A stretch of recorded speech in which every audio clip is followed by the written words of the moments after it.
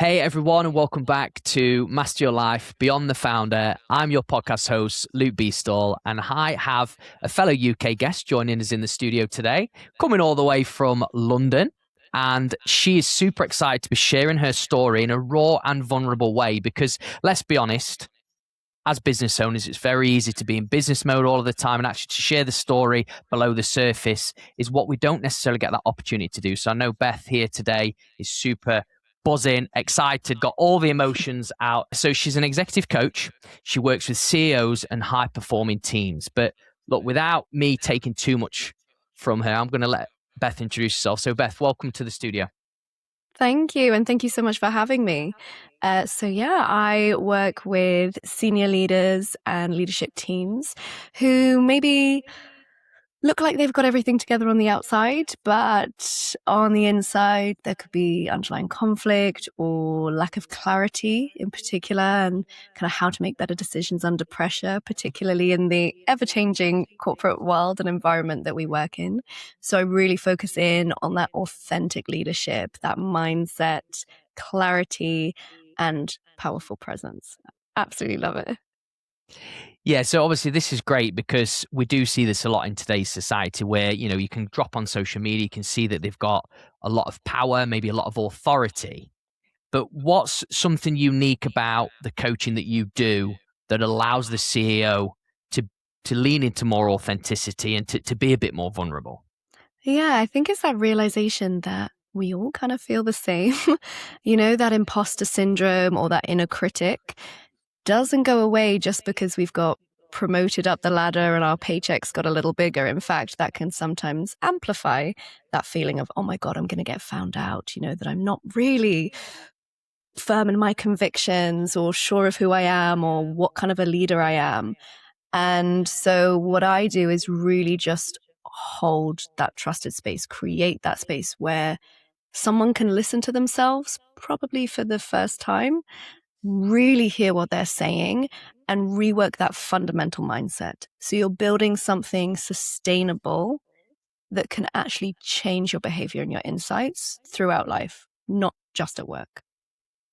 Okay, yes, this is really good. I think what you said there about space and a trusted space, I think that's really great. And the fact that, there's a lot of us as humans feeling the same thing. I guess Yeah, maybe for them, it's maybe a little bit of a relief that they're not the only one. exactly. And I'm sure there's a lot of listeners today probably even feeling the imposter syndrome with what they're about to do. So for you with working with these CEOs and I guess even working on yourself, because I'm sure you've had these feelings yourself, what's the sort of breakthrough that comes from that guidance? Like what do you start to see? I think the first thing, and something we really underestimate, is awareness. Just self-awareness. So in the coaching space, the power I bring as a coach is to truly listen to you, not advise you, not pull you over here, push you over there, be like, oh, if I was in your position, I'd do blah, blah, blah, blah, blah. That's not helping anyone. But if I'm here to reflect back the words you're using, how you're subtly undermining yourself without even realizing, or coming back to these mental patterns or these speaking patterns that kind of, take that edge off or diminish, then just being shown that, becoming aware of that, then you can start to hear it. It's like a piece of work I do is around the inner critic and getting someone to pull out their inner critic. So that voice in your head that says, you're not good enough, or that's embarrassing. Why did you say that? No, you shouldn't do that. We can't do that yet. That voice always, you'll always feel like this. You'll never be good. It's those kind of permanent language stuff that leaks out. If you actually just take a moment and tune into that voice, it's not fact. That voice isn't fact and that voice isn't you. Pull it out into kind of a separate persona. Give it a name. Mine's Gertrude. And I can Nice. see her. Yeah, right? Gertrude. And it's good because it's making something intangible a little bit more tangible. So you can be like, oh, wait, is that me talking or is that Gertrude getting on her high horse again and actually, bringing something destructive into my life? Is she maybe doing a valid red flag of, oh, wait, maybe we're not there yet. And that's like, okay, I can see that. That gives me a great growth opportunity. Or is it just crumbling and bringing me down for the sake of it? But if you can be aware of that voice, that's your first step. So I actually had a client once, we were doing this work, and they suddenly said, oh my God, it's my dance teacher from when I was 5 years old. And that voice of her dance teacher had been in her head for more than 35 years. Just destructive. And she had never challenged it, never been aware of it, never thought, do you know what? This isn't fact. This isn't valid. This isn't me. And being finally aware of who that was, what that was, because then you can combat it with evidence. And that's your superpower. This is really good. I mean, I'm sort of nodding my head and relating because, you know, I've been through a similar journey, and obviously I've seen others go through a similar journey. And I think awareness is so powerful. What do you feel is sort of the main reason that people are not aware, if that voice that's inner, you know, holding them back? It's because it's in our head. So we think it's us and we think it's valid. We just mindlessly accept it.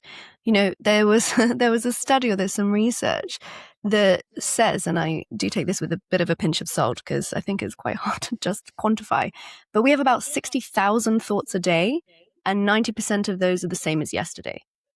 So our head is a noisy place. You know, it's like standing on the middle of the M25 at rush hour. It's a lot. If we give energy to all of that, you know, imagine standing on the M25 and having to count every single car that came past. I mean, you would be utterly overwhelmed. But if I said, okay, only count the blue cars, all right, you automatically start to kind of sift out only the blue cars. That's where your energy's going. That's where you're noticing. That's where you're focusing on. And it just makes it a little bit easier. You know, we're sifting. So if we come back to that thoughts and the kind of noisy, loud place that our mind is, we do have control to decide where our energy goes. So a key thing you can do once you've got the awareness of that inner critic is it's not about your first thought. That first instant thought that I'm not good enough, you know, if you're thinking about stepping into a room and maybe you have to present to the board, right? And you're like, oh my God, I can't do public speaking. I'm not good enough. I'll never be good enough. Okay, let that thought come up. It's an immediate one. That's fine. Doesn't mean we need to sit in it and give it energy. Let it float away like a little cloud and come with your second constructive thought. This is where you've challenged your inner critic with evidence. So maybe that second constructive thought is, do you know what? I acknowledge I'm nervous, but that could also be excitement. And I'm going to try my best today. I'm prepared and I'm going to go and try my best. Because that's all you can do. Yeah, I think this makes it sound accessible and feel a little bit less pressured, because obviously we're really good at, you know, carrying weight, putting a lot of pressure on ourselves. And that about the thoughts, I mean, that is quite a lot, you know, and you know, we can get very overwhelmed. I totally get that. And obviously, look, you're an expert in your field. Obviously, you've been doing this a long time now. How long have you been in business? Say 10 years or 12 years? Yeah. So I've had my own business. It's just under 10 years. And then before that, I was in the corporate world. But yeah, it's been nearly 10 years of me, myself, and I. That's insane. That's so good. Commendable as well, because business is tough. It's hard to stay in. So where did this journey start for you with executive coaching? Yeah. So I think it's really interesting because first and foremost, I will say, if you go back to younger me, I would say, and I definitely said at the time, I will never have my own business. I don't want to have my own business. It's too scary. It's too overwhelming. It's not my thing. I will never, ever have my own business. Then 2017 came along. And at the end of 2016, I'd been in a relationship with my fiance since university. And I was in HR at the time, maybe event management still, just on that transition from event management into HR. My fiance cheated on me. And that, to be honest, was brilliant and if I still knew where he lived, I'd probably send him flowers. Because that moment really changed my life and the trajectory of where I was going. Because to go back a little bit further, back in 2010, I was sexually assaulted. I'll say sexual assault because it's just less triggering for me than the actual word. But I was assaulted when I was abroad. And after that moment, I went into complete repression, as in didn't know that it had happened for about 6 months. And then when I started university, it sort of started to bubble up a little bit. But then I pushed it down and went into 7 years of repression, where just any negative feelings around it or triggers, I'd push down, push down, push down. I was also had a horrible relationship with my body due to all of that. You know, exercise and food was punishment and control. It was really into that toxic cycle. You know, was together with my ex. Fast forward to that 2016 point where we broke up at Christmas. And so I came into 2017 where my view and world had kind of been shattered. You know, I thought I was going one way and now everything was different. And what had happened is when my fiance cheated, I think the shock of that cracked open in me kind of this jar around the trauma that I had created. You know, all of that repression that I had worked, I'd put so much energy into keeping that down and keeping this facade up. And that broke open. And then in 2017, I was in HR because then I was made redundant and I had to write my own redundancy letter, which is another humbling moment because I was HR. And so it really got to a point where, you know, I was single. I was then getting overwhelmed with PTSD that had finally surfaced, made redundant. And I remember so clearly, I saw these two paths ahead of either I can get sucked down like quicksand into this and just curl up in a ball and just be like, no, I'm tapping out. I can't do this. Or I can put in work and I can change something in my life and I can build the life that actually I'm worthy of, like really try and find that self-worth that had been crushed for so long. And so I chose that path and I took 3 months off work. I did therapy. I really built that mindset. Like I remember I'm quite a visual person. And I had that visualization that kind of the core, my center was like swirling black sand with glass in it, where it was just constantly like cutting myself down all the time. And I did the work by looking at my negative automatic thinking patterns, you know, looking at my mindset, really tapping into that inner critic, that Gertrude, making her constructive rather than destructive.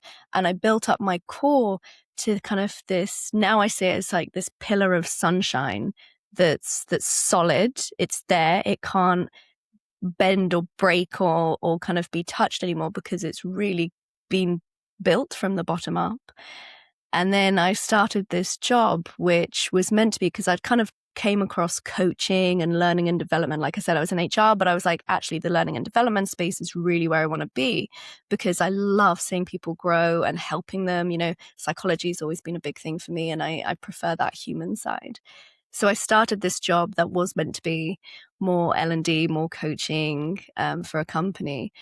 But between the time I'd accepted the offer and between the time I actually started, because I'd had this period off, the company had been acquired. And so learning and development was like, nope, we have to merge 3 small companies into one company. And we're going to be going through big restructures, redundancies. Oh, but don't tell anyone you're doing a redundancy. Like, shh. And I was like, right, this is very toxic, very unethical. I really couldn't do it. I think I was there about 6 months. It was honestly the worst place I've ever worked. But I did meet one of my best friends. So everything good comes out of this stuff. And I went on jury service for 2 weeks and had that time away from the office. And jury service I found very disillusioning. And I came back and I was like, Beth, this year has been the worst, but best year of your life. You have done the intense work in therapy. You have built up your core. You have built up your mindset. You know what you want to do. So why are you still here in this toxic workplace? Like that's asking you to act against your values and your ethics. So I got back from jury service and I handed in my notice. And I was like, right, I'm just going to start my own business. I had absolutely no plan. Nothing set up. I've always quit a job without a job and just be like, no, it will work out because I can't act against my values. Like it physically hurts if I try. So I left there at the end of 2017, started my business in December 2017, and was like, right, got my coaching qualification, my diploma, started coaching people that I knew, that spread. And kind of over the past 10 years, I then obviously did my master's in psychology and neuroscience. Alongside that, I'm MBTI trained, mindfulness trained, resilience trained. So I've always, I love learning and I love doing that alongside my business.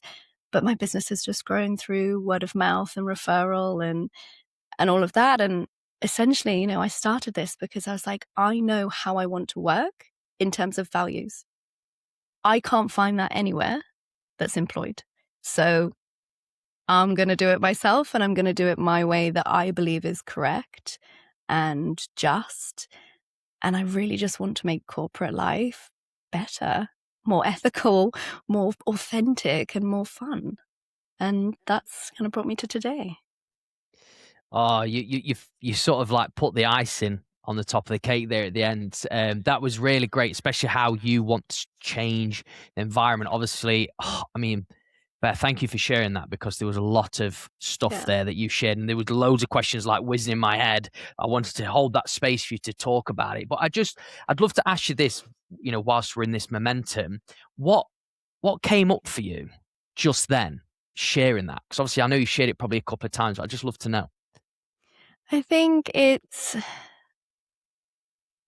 pride because, my ethics has been a fundamental of my family and me forever. My dad's professor of medical ethics. He set up the whole ethics part of Oxford University. That's always been a real foundation.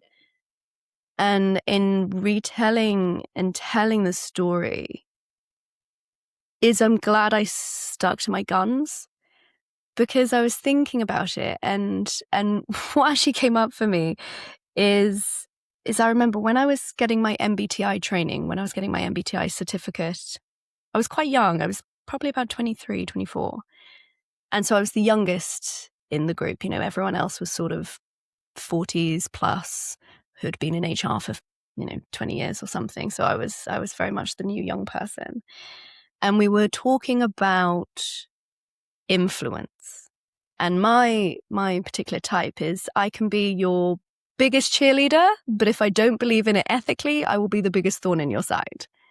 And there was this woman, and I said that. I was like, well, no, if my boss said you have to do this, but I don't believe in it and I think it's actually wrong, I won't do it. And she looked at me and she was like, oh, you won't think that way in a couple of years. And it was this thing of like, no, it's not like I'm not young and naive in this kind of fresh-faced of, the world is pure and I will stick to my guns, and then this woman was just, I don't know, I guess, whether it's cynicism or whether she'd just been eroded by 25 years in 25, 30 years in business. And I just thought, no, that's not how things should be and that's not how I want. So I'm glad I've stuck with that. I'm 35 now, and that's always been my core. Is I know my values, and integrity and ethics is key and fundamental to that.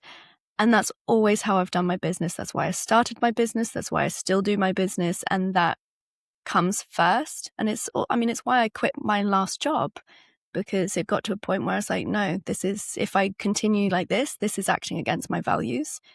And I'm not going to do that just for someone else, for a job. I don't think that's right. So I think that's the fundamental, is that pride of, I have done what I wanted and what I set out to do. And it's just a reminder that, yeah, that's why I do it. That's why I have my own business. That's why I still do it, on days that are tough. having your own business is feast and famine. On the famine days, yep, I'm still going to take the work that's correct and done right. And yeah, that's the fundamental. Absolutely. Fair play, Beth. Like, so good. The pride element, you should be proud anyway of what Thank you. you've created and what you've done. I mean, 35 years old, being in business. I mean, look, let's be honest, right? I mean, if you're the youngest person in the room, I'm not saying you're seen as a threat, but let's be honest, everybody sort of likes to dampen everybody's mood and, Yeah. ambition, if you want to call it. Obviously, you've got a lot of drive. What's been a value for you that has come through your childhood? Obviously, your dad's a success as well. I'd just love to know what's carried through in your life. I think the main thing is really understanding what success, confidence, and happiness mean to you. So we use these words all the time, and I find it fascinating, especially as I do a lot of work around authentic confidence, for example. We use them all the time, yet we never spend any time thinking, what do they mean to me? So I remember this client came to me wanting to improve her confidence. And I said, oh, great. Like, who in your life do you think is confident? And she was like, oh, there's this guy at work. He, shouts over everyone at meetings. He's really annoying. He kind of walks in the room and doesn't really listen, but just says his opinion. And I'm like, and you want to be that person? She's like, no, I really don't like him. I'm like, okay. So what is confidence to you? Because how can you say, oh, I want to be confident, but the example you give is, oh, no, I really don't want to be like him, though, or like that person. And that's really something that's always come up in childhood. As I said, integrity and ethics, absolutely fundamental. Both my parents are powerhouses. They've both had extremely successful careers. My mum's a doctor, my dad's a professor, and they've both had big careers. But what they've always done is they knew what was truly important, what success was for them. And it's always been that balance for them of professional and personal. So that personal life. They had, and my husband and I have discussed this a lot with my parents, because honestly, the biggest inspiration to both of us is how did they do that? What do they say? And my parents have both had lots of opportunities to go be keynote speakers at huge conferences, or been offered professor roles, and chairs all over the globe.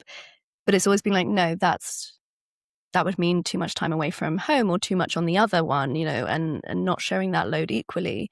And for example, when my parents had kids, my dad, who's in academics in Oxford, he went part-time. And this is, we're talking, my sister's 38, 39, and I'm 35. So this is nearly 40 years ago, a man in academics saying, no, I'm going part-time. And they're at birth. And that was something that's very unusual, but absolutely fundamental. And the same, my mum, she's a GP. GPs are self-employed. She was back 3 months after both of us, balancing, but they both did part-time and they did that equally, whether it's housework, childcare, or work. It's that equality. And that's their definition of success and happiness. Yes, some of their friends have 5 houses and fancy cars and maybe, all of that kind of external stuff. Do they have as happy home life? Who knows? But that's not the success factors for my parents, and that's not also the success factors for me. So take a little moment to really understand, what does success mean to you? What does confidence really mean to you? What does happiness mean to you? And then you can build from there. Brilliant. I'm just listening and I think what an amazing quality and value that your parents have. I mean, they've obviously taken ownership of a decision that's probably against what many others would have done in their field, but it's what they feel is right. And I can see now and hear from what you've shared, how that's been passed down to you. Obviously you've been around it, you've soaked that up. And I was going to ask this question, but I will ask it, but I'll reframe it now, because obviously I can see where this ownership comes from. Obviously, the sort of trauma that you went through, how you sort of like dimmed it down or pressed it down for, say, 7 years. Obviously, you said you went through a bit of a body image, overeating, whatever, we can go into that as well. But you didn't play the victim, right? I mean, I could listen here and go, I'm so surprised you didn't just play on it. Like, why didn't you just play the victim, but you took ownership in the hardest moment of having to also write a redundancy letter? So if you can remember, I know it might be a bit of a blur now because it was a while ago, but what brought you to go into that ownership and take that full responsibility rather than just, I don't know, playing the sympathy card, right? Or Yeah. excuses? I think it's that thing of just that utter moment of clarity of those two paths, and there's if I decide I can't be bothered and I'm not going to do the work, I will just get swallowed up by this. And what's the point of that?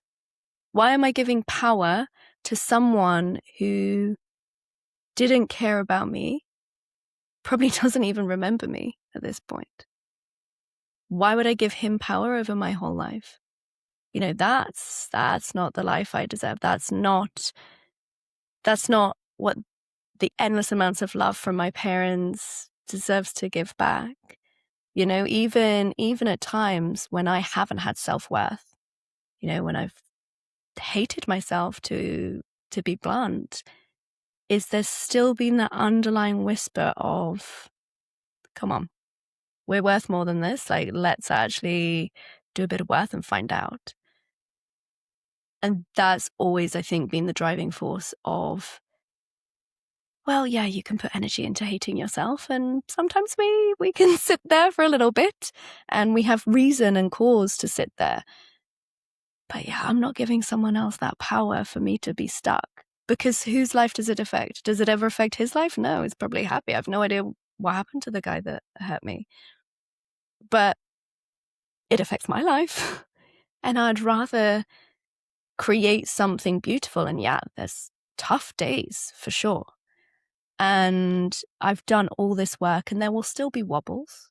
I'm a very strong person, and I always think resilience is actually really, really misunderstood. It's not about pushing through no matter what. It's being able to adapt to change without losing that self-worth, that self-acceptance, that self-kindness. And I think that self-acceptance piece is really, really important. We can accept the light and shade, the good, the bad, the ugly. We can accept it. That doesn't mean we justify it, or that doesn't mean we have to sit there, but we accept it and we think, okay, how do I want to move forward with action, with self-kindness and acceptance? And then just one small step at a time. Yeah, I mean, this is coming like really well together, to be honest. I mean, I'm still admiring sort of that ownership part, to be honest, because I know so many that stay in that rut, or that loop of a vicious, like you say, sabotage cycle of, I'm not good enough, I'm not worthy enough, and maybe this is my life, I'm destined to be abused, whatever it is that your critic is sort of saying to you. But obviously you've come out the other side and you've done a lot of work, right? I mean, if you was to give our audience a bit of a flavor or an insight, I mean, how much work, Beth, have you had to do on yourself to get to this place? It's an interesting one. So I had that 3 months off between being made redundant and then starting at the toxic workplace, where I did CBT, so cognitive behavioral therapy, for specifically the PTSD from the trauma. And that was really about, I think I did 6 or 8 sessions of therapy. So in the grand scheme of things, not really that much, but I was really committed to it. I was like, right, I want to do the work. That's why personally I chose cognitive behavioral therapy, because I didn't want to just talk and for it to just sit there. I wanted action. I wanted hard work to be like, right, okay, negative automatic thinking patterns. Okay, I'm going to notice what's actually going on in my head. What's this Gertrude saying to me? Okay, I'll write it down. Let me think about evidence. It's okay that I don't believe at the time that I'm great and I'm worth it, but I'm going to do the action that shows that I am. The belief will come in its own time. It's okay and we get very stuck on, I don't believe, so I'm not going to do it yet. No. Take that second constructive thought and then do the action that shows that. That is building your evidence. That is how you change things. Belief and feeling, they will come. but do that action that knows you're worth it. And that's really, really the difference. That's where you're going to create that goodness and really do that work. So it was in doing that. And actually, my dad would come up to London most weeks after my therapy to come meet me for a coffee. Because obviously he knows all this stuff because he's a psychiatrist trained as well. And we'd dissect it, we'd go through the homework, what it was, and like talk it through. And it was really nice to have that reflective space and that non-judgmental space, and that's something I think my husband and I want to bring, we're raising our son is I know I can tell my parents anything and they will never be judgmental about it. They might have opinions, and I'm sure my parents will joke that I never do what they advise, but it's just that non-judgmental space. And that's why I love coaching, because that's what coaching is. I bring that non-judgmental space to my clients. So you can have somewhere really safe to explore everything that's going on, that noise, and bring that peace and clarity. But this is where your journey began, right? As a coach, your father was supporting you, so you felt that what that feels like to have support. I know it's your father, and obviously, like I said, we don't always want to listen to our parents, but like you say, that non-judgmental space, that trusted space that you've spoken about earlier on, that gave you an insight to like, oh, I like this. I feel that this is a bit of me, and that was whilst you was going through your rehabilitation or your sort of reinvention or your sort of next path, and then it became clearer for you. This is what it sounds like to me. Came clearer for you through having this space, because like what you've already said a few times, that we live in quite a noisy world. Our thoughts are noisy, and that clarity is often quite confusing. We've got so much going on in our mind. I mean, even that, I think just the clarity of you then setting up a business to be able to say that. You'd said, I'll never have my own business. I'll never be a business owner. And here you are 10 years on. Like, where was that? When did that switch flip to have that inside to go, I'm going to do it? I think it was that realization that I couldn't find anywhere a company, a role that was what I wanted, that had the values that I believe in, that had the coaching work that I wanted to do. I couldn't find an internal coach role at that time that would have given me that. All the general internal coach roles are either quite hard to find, or you need a certain amount of experience kind of before you get there, or they train up people internally who have been there for 10, 15 years. So I couldn't find that. And it was that thing of, do you know what? I'm not going to waste all this work that I've done on jumping to another company that's going to be like, okay, but not really what I want, what my passion is. I don't want the Sunday scaries anymore. I remember when I was an event manager, I loved it. But I remember I would like talk in my sleep about function sheets and all of this, and it would be so much in my mind. And I was like, actually, I don't want that, because this isn't the work that is deeply fulfilling me. This isn't my big why or my passion. I've seen my parents. My mom is the most incredible doctor. Like, she has made real impact in so many people's lives. My dad forged his own path, as a trained psychiatrist, CBT, and he forged into medical ethics and created medical ethics in Oxford University, and, had best-selling books and stuff. And he's forged his own path. So I've seen both my parents really stick to something that brings them fulfillment. Yeah, it's challenging. Yes, you have good days and bad days, horrible patients or clients, and pushbacks and setbacks. But you've got a reason for why you're doing it. You've got that fundamental joy. And I just thought, why waste life doing something that sucks your energy? I'm never going to be that person that endlessly complains about their job and then never looks for another job, never quits their job. That's not my people. And I'm like, okay, if something's not working or if something's not right, what can we do to change it? What can we do to fix it? Like, let's make things better, however way that is. And so it just became, it kind of wasn't really a decision, I think, at that point. It was like, well, I've I'm quitting my job. Here's my notice. I'm going to set up my own business. Do I know how or what or why? Not really, but I'll figure it out because I'm leading with my values. I'm leading with what's important. And so everything's going to become clear. It's like raising kids. We don't have the answer of what do I do if he's 18 and he says that. My son is 3 at the moment. I'll get there when we get there. But if we keep leading with your values and your core, then everything kind of works out because you're taking the small steps along the authentic path and you'll know what to do when you get there. It's fine.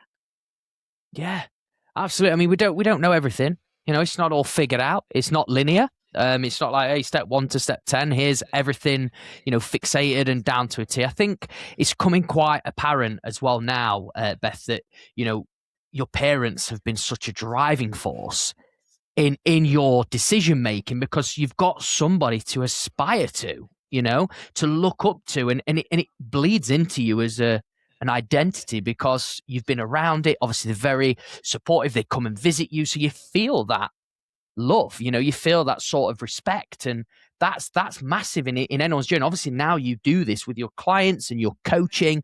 I mean, I'd love to ask this question because obviously, you've got a wealth of experience. Like, what does coaching mean to you? In what way? So, like, you obviously give to others. Obviously, you've received coaching, but what does it mean, like, for you, like giving coaching, I guess, and then receiving coaching? I think the fundamental power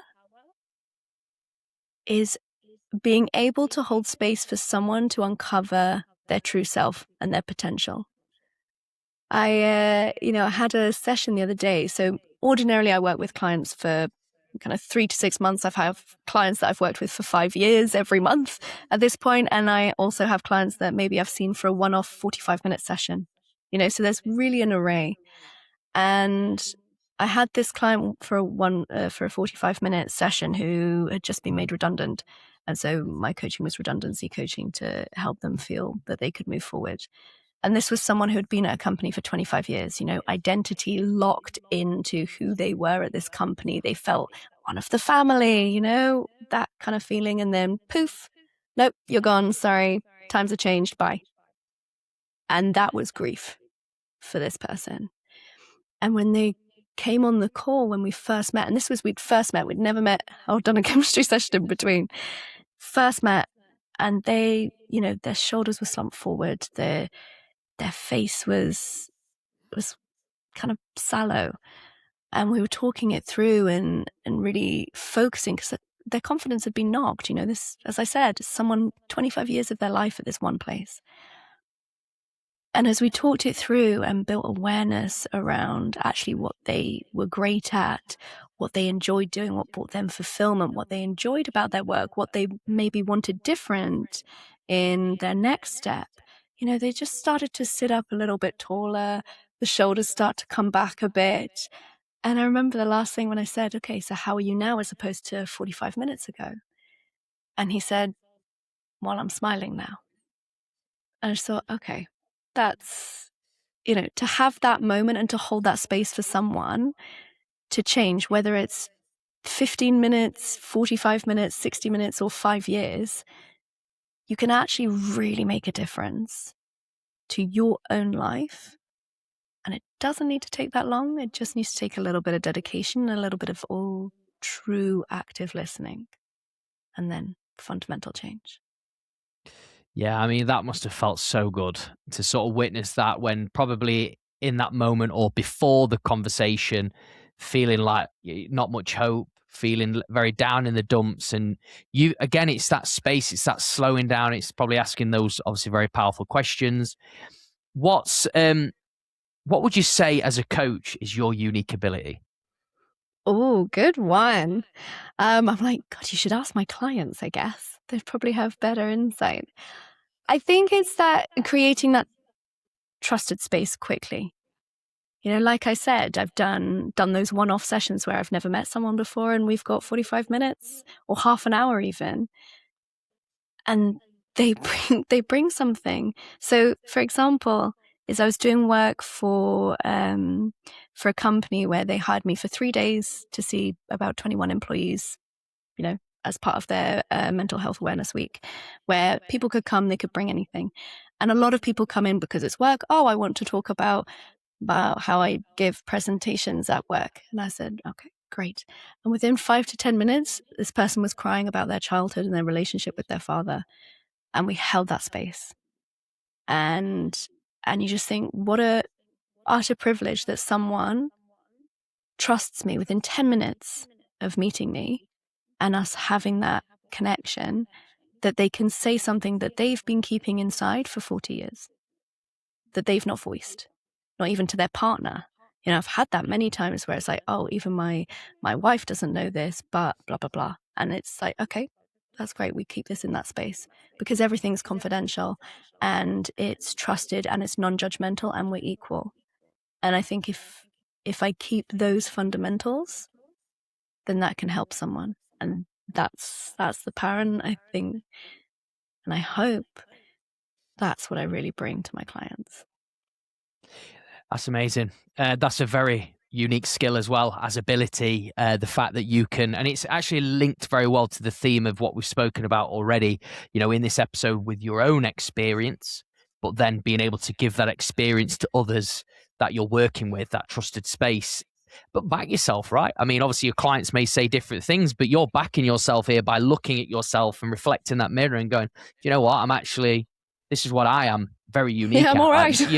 I'm actually great at doing this. I'm a space. I'm adaptable. I've got this resilience to work with people within 5 to 10 minutes, and for them to open up about something that wasn't the original agenda, if you want to call it, or maybe what I was here for. You know, you've flipped it in 5 to 10 minutes. That's insane. Yeah, I always say in coaching, we get where we actually really need to be, and maybe that's not where you thought, but it is where the work is, and we'll get to where the work is if you're open and you're ready for it.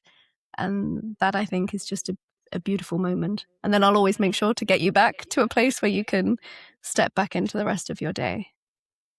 Yeah, but that's so good. The fact that you're talking about those 60,000 thoughts, right? So those thoughts of them seeing you might be like, right, I'm going to just talk about this presentation because my director or my CEO's told us that you're coming in for the day and that we've got 30 minutes with you. So that's what I'm going to talk about. But you've then tapped into maybe a quiet thought at the back or something, or noise that's so heavy that's been there for 15, 20 years or longer, and they're talking to you about it. Yeah. Like, how does that make you to be in that space? How does that make you feel being able to actually do that? I mean, honestly, it's really an honor.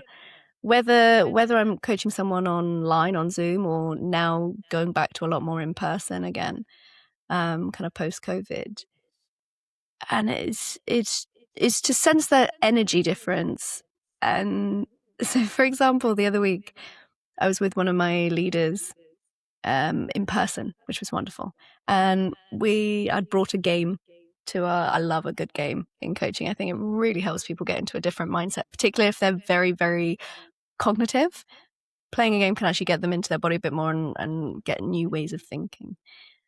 And, you know, the kind of energy at the beginning of our session, it was very kind of chaotic, frantic, all of this. Then we brought the game, which was around exploring different avenues for their career going forward. Because, you know, they're C-suite. And even when we're C-suite, that's kind of when this big thing of, oh, what's next? Because we've reached the quote unquote top of the ladder, and that doesn't mean we're done yet.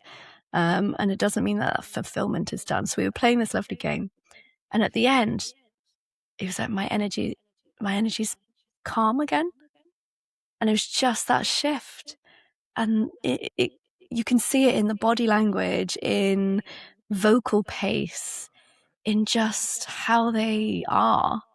And that's a beautiful thing where you can kind of physically see that click and that switch and that pace changes. You're like, okay, we've really got where we needed to be. And that's beautiful. Yeah, because you're having fun with them. They're not having enough fun. Coaching should be fun. Yeah, so a game, it's like you hear a game and, you know, obviously in business, it might not be a game. It might be like, I've got a KPI, I've got a profit thing to hit. I've got all these serious tasks that I've got to hit, these targets. And then you're just there going in with the sort of drop the barrier. Let's have a bit of fun, release your inner child. And they then coming away going, oh, they might go and go, what's the point of this? But then going in and coming out and going, that was actually the best thing I've done all week. Exactly. And I think when they say that, because especially given the fact I work a lot with C-suite or senior leaders, their diaries are packed. Yes. I've had clients who are like, I'm literally on Zoom from 8 a.m. to 8 p.m. and then the US come online and it's emails at 10 p.m. I don't think I have time for half an hour, 45 or 60 minutes. 60 minutes is really good time with CEO. And then, like that one I was saying around with the games the other day, he said, well, that was the most productive hour I've had all week. And I'm like, yep, because just taking that little bit of time for yourself and it can just change everything. But we need to take these times, but these times don't have to be big, right? So I think a really good tip to take away is, if you can have an investing in coaching, fantastic. Get the right coach for you. Maybe that's me, maybe that's not, all good. But actually having little resets throughout your day. So just stepping away from your desk and taking 1 minute, like literally time it on your phone. I'm all for phone timers because I think our concept of time and the passing of time are two very different things. 1 minute, deep breath, in for 4, out for 8.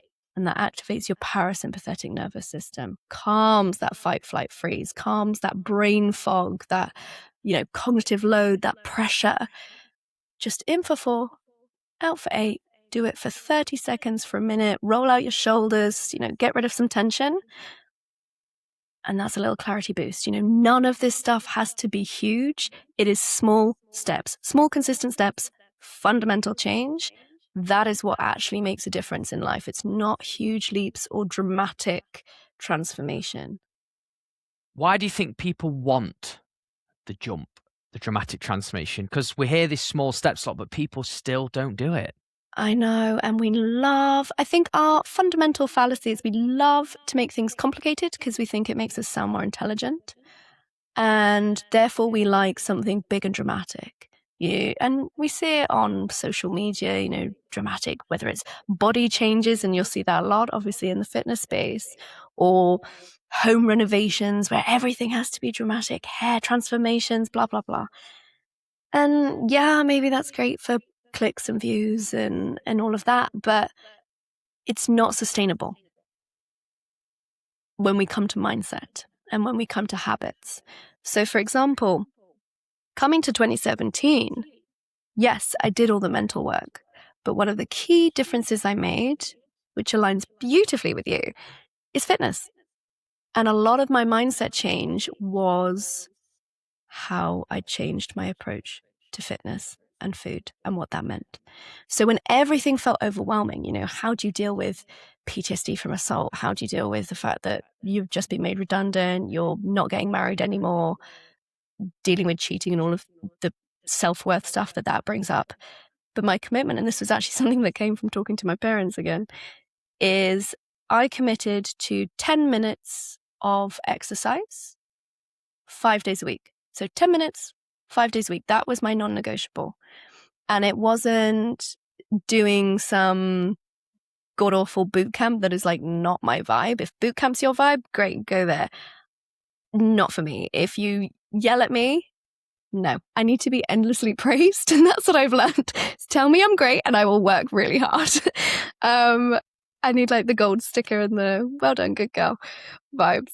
But 10 minutes of joyful movement. And I found something online that I really liked. And then that grew my confidence. Okay, now maybe 20 minutes I can do. Okay, this feels sustainable. Okay, now 30 minutes. Then I looked around and found some studios and, I'm lucky enough to live in London. There's a lot of great fitness studios. I found Cycle with a PSY.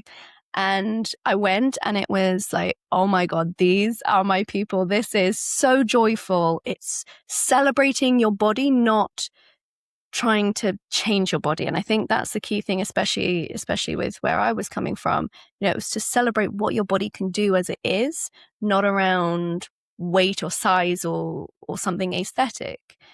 And I mean, absolutely love that. It kind of fed in with that mindset work as well. And so now do that 5 days a week. Now I can boss a 90-minute spin class like it's nothing. You know, that's my happy place. I mean, I even did that on my hen party. I made all my girls do a spin class, and like 2017 Beth would be like, what is this woman that for her hen party actually wants to do a spin class at 10 a.m. on a Sunday morning after Champagne Vineyards the day before? Like, who is she? But it's really uncovering that authentic self of actually, I want to celebrate myself. I want to love myself. You're allowed to. You're allowed to feel nice about yourself and find that. And so it's finding these small cornerstone habits and kind of playing that game with yourself of, okay, this is my commitment. Make it smaller than you think. Give yourself a little bit of grace, 5 days a week, not 100%, not perfectionism. And this is coming from someone who 100% I was a perfectionist and still kind of am. And I work with that these days. But set a goal, make it a little bit smaller, and then give yourself like a 20% cushion of kindness to mess it up. It's fine. Just keep going. But this is so good. So obviously you started with yourself, you went inner, so you went inside. And I can tell from this journey that you've had it where you don't want to be fixed. You don't want to be put in a box. And like, for example, if we talk about an image, aesthetic driven, you're looking at something, it's forcing too much pressure towards something that you can resent it and go completely the other way. Yeah. Whereas obviously what you did is you went into more of a creative flow, and it was just a bit building up the consistency and enjoying the process and smiling. And then that joy came, and it sort of led you somewhere. Just by going down that path, it led you to this place of understanding, oh, it is simple steps. Oh, okay. It's because obviously, like you just said earlier, we overcomplicate things. We want the extravaganza. We want the like blows and whistles. And yes, okay, that is a bit, I guess, gratifying, instant gratification, but actually it's not going to be that lasting change that actually is worth it in the end. Yeah, that sustainability. And if you think, you go back to 2016, 2017, early 2017, Beth, I was 3.5 stone-ish overweight of trauma, to what is healthy for me, and hated myself, didn't know what I was doing, obviously thought I would never find love again and I was unlovable.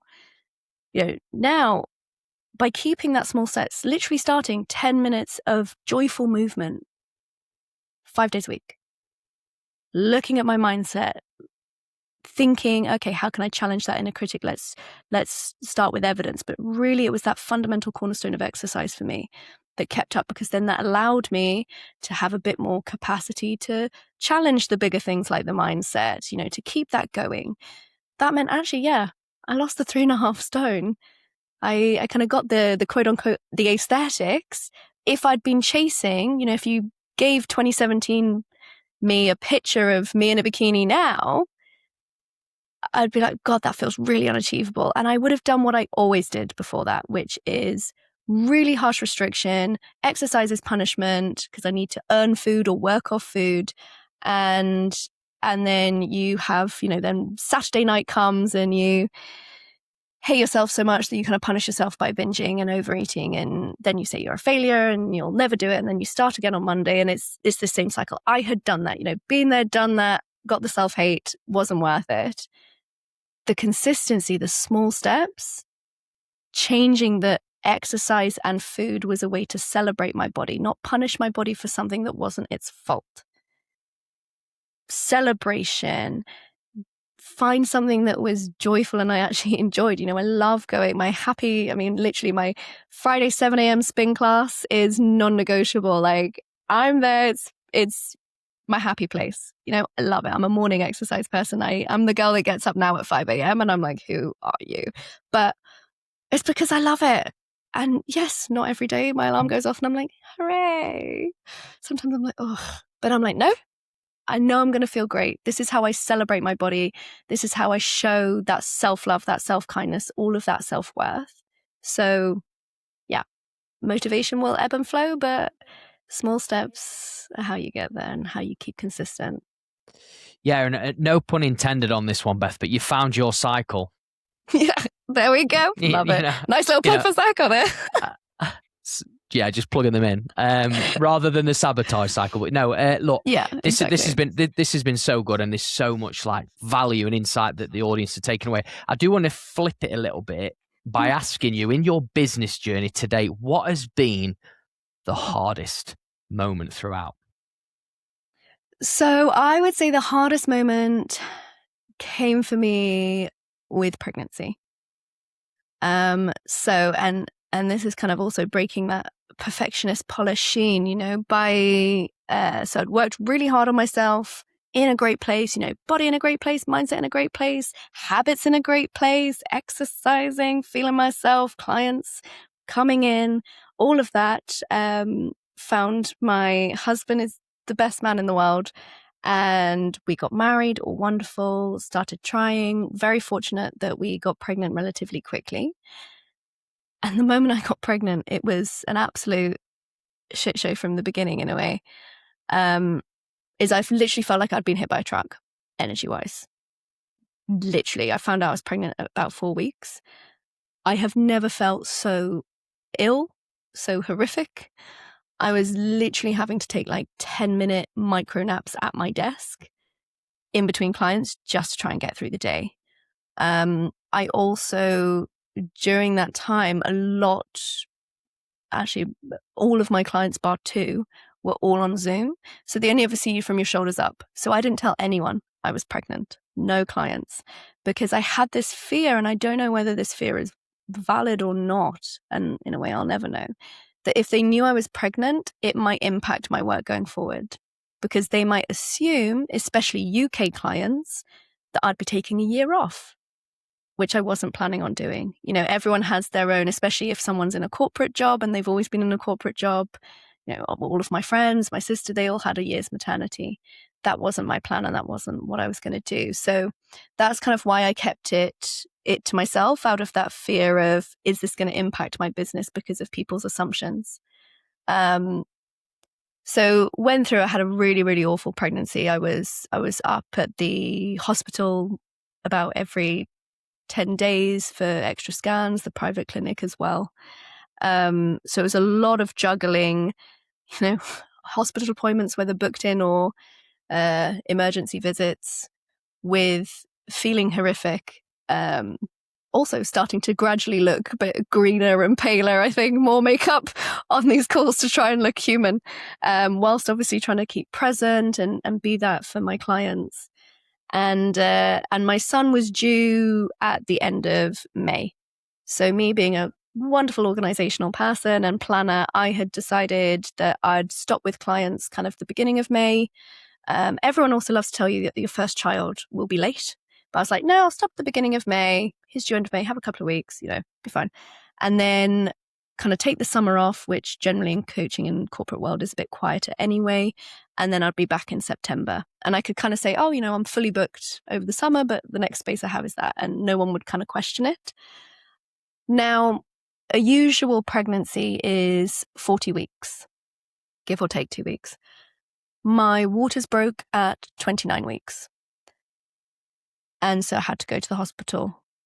And I was in hospital over the weekend because they didn't know whether I was about to go into labor or not. And at that early stage of pregnancy, every hour that a baby can stay inside is a gift at that point. So it was really trying not to go into labor. And I remember I was on a ward with other women. One woman went into spontaneous birth at 4 a.m. and I was like, oh my God, like speaking to my bump being like, please, I'm not ready for that. That sounds very painful. And please don't come. And I had asked my husband to get my laptop because I was there at 2 in the morning on this ward in my hospital bed, not knowing if I was about to give birth or not, making a spreadsheet of all the clients I had between March and May, how many sessions they still had left, whether they'd paid, what potential refunds I might need to offer if they wanted to cancel, and then emailing, being like, hello, surprise, I'm pregnant. I might be about to give birth. I might not. Like, it's a bit up in the air at the moment. Would you like your session on Monday, or would you like to move to September or have a refund and cancel? And just trying to do that. Some clients moved, some clients kept the sessions and were happy to just see how things went. no one asked for a refund, which was nice, but it's all these things we have to plan for as business owners. And so I got discharged, still pregnant, and worked that next following week, trying to get through clients. And then the following Thursday, I started getting contractions and more bleeding and went back into hospital. And on the Friday lunchtime, our son was born at 30 weeks, so 10 weeks early, so 2.5 months early. And he's luckily good. He's a very strong boy. And but he went straight into the NICU. And so I gave birth on Friday, and on Tuesday and Monday I was doing client calls because I still had clients booked in. And our son was in the hospital for a month. And so that first month of being a new mom was going up to the hospital to sit by my son's incubator for half a day, getting through client calls, to try and keep that consistency for clients. And also, I think, just try and keep my head on straight. It was quite good in a way to have work as something to also focus on. So you weren't just thinking about, what I'd been through and our son.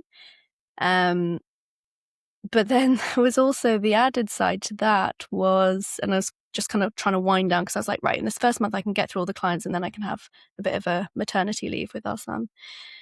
And the maternity benefits from HMRC didn't come through for about a month and a half, 2 months, even though I'd sent the form straight off as soon as he was born, and birth certificate and everything. And I remember I called HMRC about a month and a half after he was born to be like, hello, where are my benefits, please? Self-employed maternity benefits it's not a lot anyway, but it was something. And because these hadn't come through, I'd had to take back on another client. So I was trying to wind down, but then I was like, actually, I need to take on another client because I'm not getting any money through. And I had this call with this lady from HMRC, and it always makes me nervous. I've never spoken about this publicly because I was like, oh my God, don't piss off HMRC. They terrify me. So don't come for me. But I had this call and I was like, oh, yep. So, our son is in hospital and he was born early. So I've, had to do that. And I just wanted to check. But I do want to be honest, I have had to take on another client, but it's 4 hours a month that I'll be working going forward. And she was like, she said to me, and this really stuck with me. She was like, well, these are benefits for people who aren't working. And I was like, I'm trying not to work. I really am. I'm trying not to work. I don't want to work. I'd like to spend time with my son. He's just been born. He came out of hospital after 4 weeks at 34 weeks old. I want to be with our son, but I've had to take back on a client because none of these benefits and stuff has come through. And it was just that whole phone call was just one of those things where I was like, they really don't understand having your own business or having a traumatic birth and a preterm baby who's in an incubator and in the intensive care for a month. I'm not trying to swindle a system. I'm trying to keep my head above water at this point. And I was honest about all of the client work I'd done. And she was like, oh, you've used up all your 10 keeping in touch days then, so that doesn't count. I was like, okay, I didn't know I had keeping in touch days. I'm my business is me, I'm always in touch with myself. This is also just a ridiculous concept. And then she was also said, because I said, oh, I might need to do a few emails here and there or social media and stuff while I'm on maternity. Oh no, if you do more than 15 minutes, that counts as a full day's work, so you won't get that benefit for that day. I'm like, okay, right. I was like, okay, if 15 minutes counts, then I'll just work 1 day a week then going forward and we'll do, the maternity benefits for 4 days. And so that's what I did from day one was if they have that opinion, and I think I get it, but it was just that complete lack of understanding of trauma, of having a kind of kaleidoscope of self-employment, own business, no one else is there to do the work if I'm not there, and having a baby that's born from nowhere with no plan, and in the hospital and kind of just dealing with all of that and everything. And I even found out recently that there's also neonatal benefits. Didn't get told that, didn't know that existed. The HMRC lady on the phone had no sympathy or confidence with that in any way, shape, or form. And I just think that could have been handled better. So yeah, from the day I agreed, okay, I'll work 1 day a week then from the beginning, take on another client. So I'll do 2 clients. My husband, luckily at the time, could cover that time. So we really tag teamed, and that was a savior, as I said, I married the best man. So, we really did things that way, but it was both of us of, okay, all the resilience and habits in the world that did knock me. And I think especially as before, I was like, I've got everything sorted. I've got all my plans. And that was a big, big knock, both in terms of business and the impact it had on my business. Even though I never really had a maternity leave, I sort of half had a maternity leave. It still impacted my business, I think I'd say, for the following 2 years. Like, it's only really in this last year that I've started to feel like myself again. And business is getting back to what it was pre-birth and pre-pregnancy. Because when you take your foot off the gas and you're not doing that business development, you're not being as proactive because you're literally just, I am treading water. I just need to survive right now.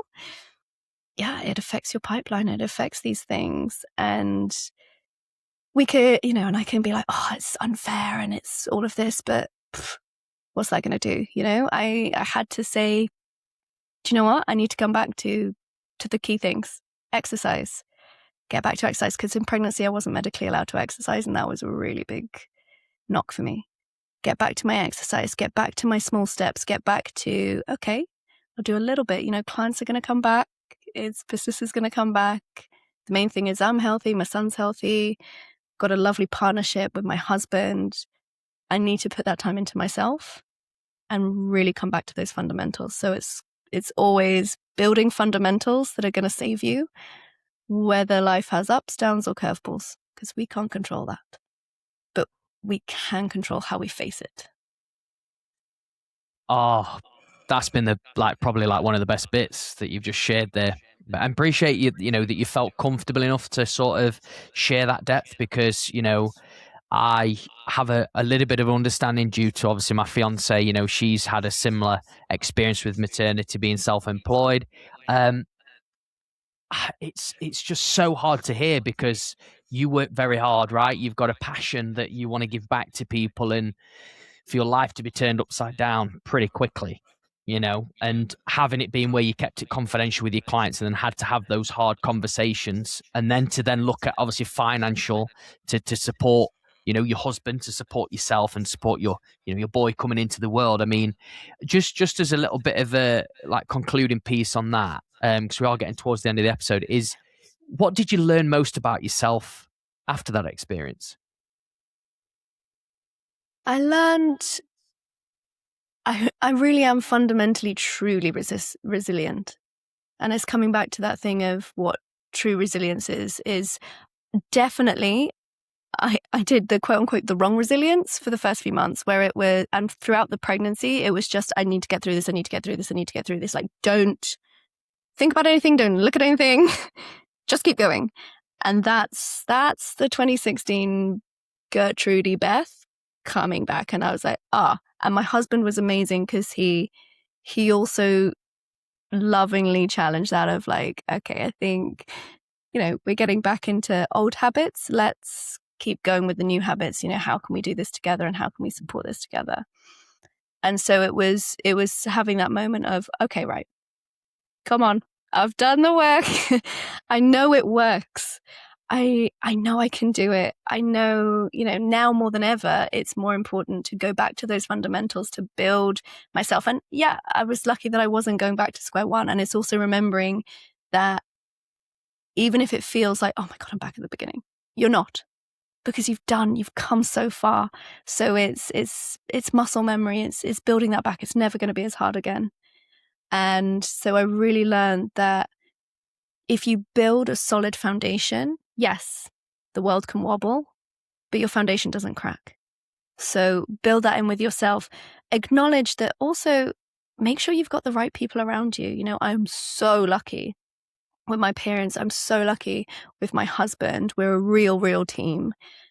And we needed that. I think that was probably a moment that would have tested a lot of couples. And we're so solid from that because we were together throughout the whole thing of, okay, how do we do this as a team, right? What do you need? What do I need? What does our son need? How do we keep going forward? And we split everything equally. And I guess that's also mirrored from what I've seen and learned from my parents as well. So acknowledge yourself and the amazing strength that you have, and make sure you've got the right people in your team.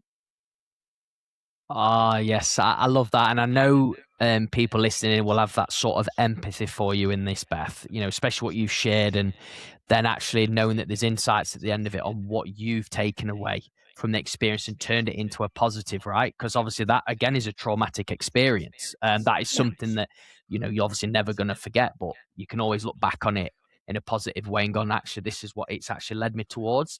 But look, obviously, there's a question I want to ask you, and it is a question I ask every single guest. And obviously, you're very resilient. You've got a strong mindset.